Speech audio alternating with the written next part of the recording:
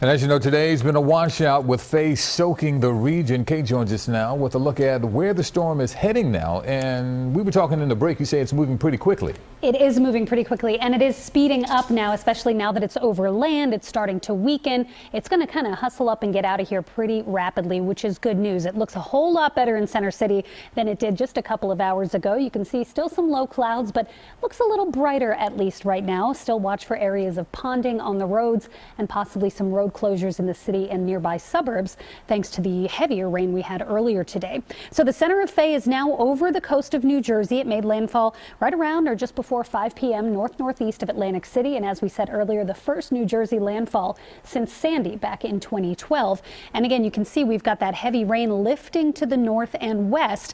And right now, again, the center's on shore. There's not a whole lot of rain around the center. Still some gusty winds down the shore, but the heaviest rain starting to push north and west of our region. And we're starting to see that heavier rain here around the Reading area, around Allentown as well. And we're starting to see some of that wraparound moisture get in. You're still seeing some heavy downpours in Bucks County, some steadier rain right now along I-95 south of Philadelphia as well. So we have a couple of flood alerts to tell you about. For the city and nearby suburbs, this was at one point a flash flood warning. It's now an aerial flood warning, which means flooding is still occurring. It's not quite as life-threatening as what we had earlier. It's a little bit more sporadic in spots, but we do still have flooded out roadways. An aerial flood advisory, meaning likely some roads flooded across the north and west suburbs, especially adjacent to those smaller creeks and streams like the Tookonie Creek there. And as we head into your flash flood watch zone, you can see it doesn't last all night, at least for the southern part of our region. It goes until 8 p.m.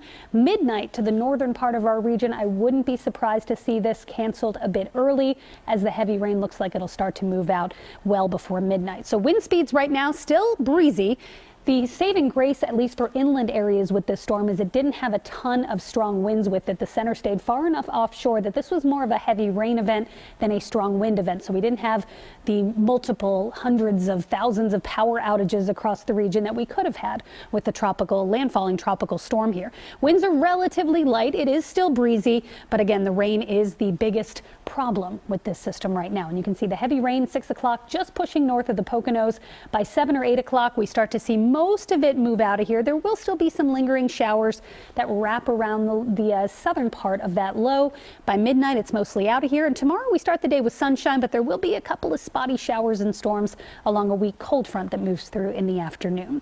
So rain slowly exiting the region this evening and tonight. 72, the overnight low, and no break really from the heat and humidity. It felt almost nice to have it a little cooler today, even with the rain, but tomorrow we're right back to 90 degrees. Heat and humidity returning with a few afternoon storms. They'll be scattered in nature with brief heavy downpours, lightning, and some gusty winds.